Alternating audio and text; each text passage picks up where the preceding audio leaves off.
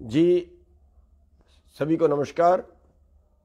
जो आंदोलन चल रहा है इसमें सरकार अभी तक अपनी जगह से नहीं हिली है। 8 दौर की बातचीत हो चुकी है और 8 बार सरकार ने हर बार गोल गोल बात करके घुमा दिया है।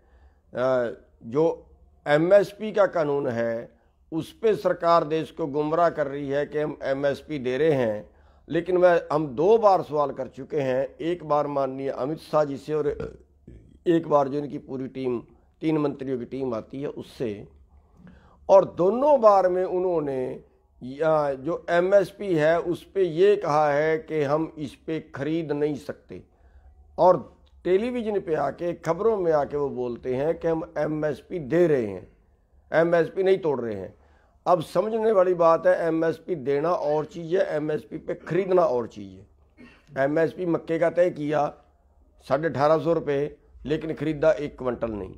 तो एमएसपी तय तो किया लेकिन खरीदा नहीं, तो वो खरीद नहीं रहे, और उसकी वजह से आज जो देश के किसान हैं, एमएसपी जो न्यूनतम जिसको बोलते हैं, कम से कम जिसको बोलते हैं, आज उस कम से कम भाव से भी 3 से 4 लाख करोड़ रुपए के बीच, करीब 4 लाख करोड़ रुपए, उससे भी कम मिल रहा है किसानों को।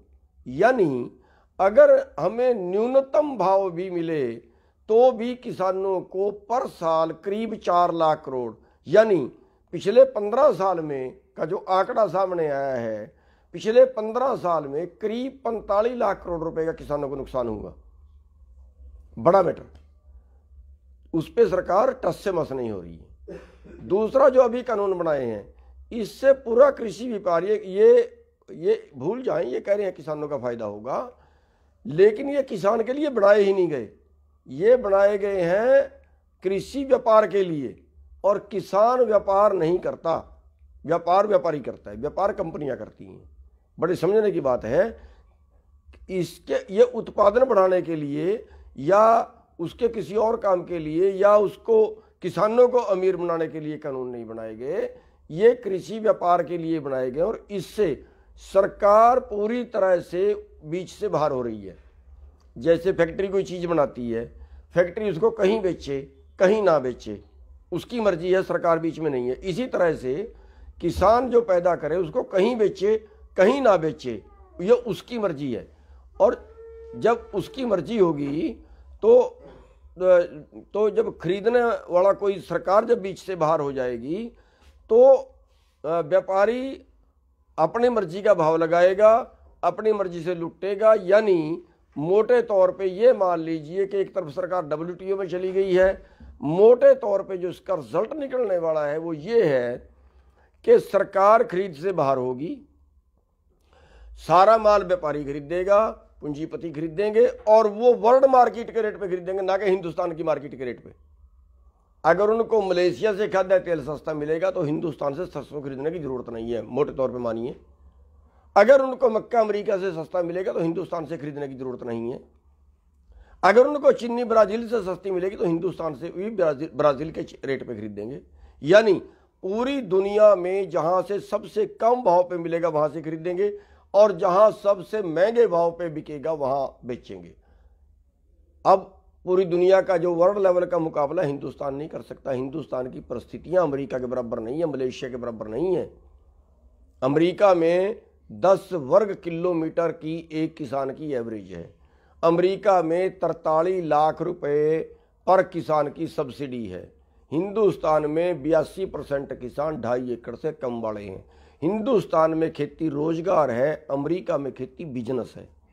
ये अंतर है। अमेरिका में आदमी की जिंदगी की जो टोटल सुविधाएं हैं, जो टोटल उसके जिंदा रहने के लिए चाहिए, वो जिम्मेवारी सरकार की है।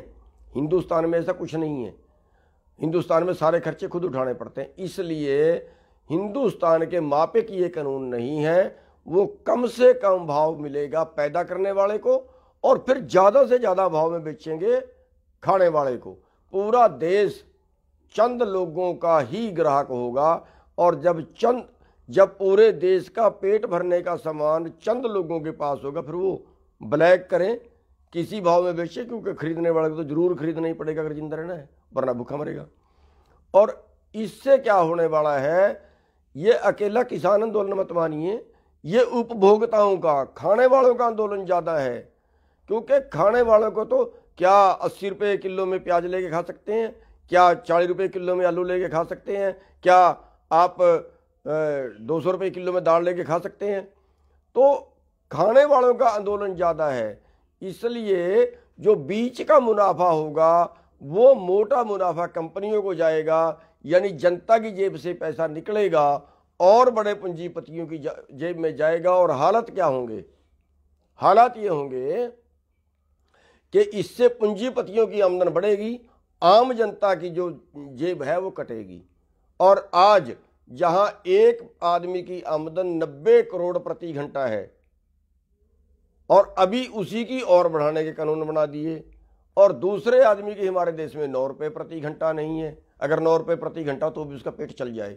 हमारे लोग में भूखमरी, हमारे देश में भूखमरी आज 107 देशों में 94 देश में स्थान पे खड़ा है हमारा देश भूखमरी में। सोने की चिड़िया था ये, और लेकिन कानून ऐसे बने कि अब मिट्टी की चिड़िया भी नहीं बचा। और अगर ये कानून बढ़ते हैं, अगर ये कानून तो बन गए हैं, अगर ये नहीं तोड़वा पाते आप लोग, तो फिर ये मानिए कि और भुखमरी बढ़ेगी, करोड़ों लोग और भुखमरी का शिकार होंगे, हमारे हिंदुस्तानी होंगे, आम जनता होगी। इसलिए इस आम जनता को जंग के मैदान में निकल आना चाहिए। और अगर ऐसा ना हुआ, अगर ये कानून ना तोड़वा पाए, तो फिर ये मानिए आपकी जान, देश की जनता की जान अंबानी अडानी जैसे पूंजीपतियों के हाथ में होगी। कोई बचाने वाला कोई नहीं आएगा। ये आखिरी मौका है बचाने का। धन्यवाद।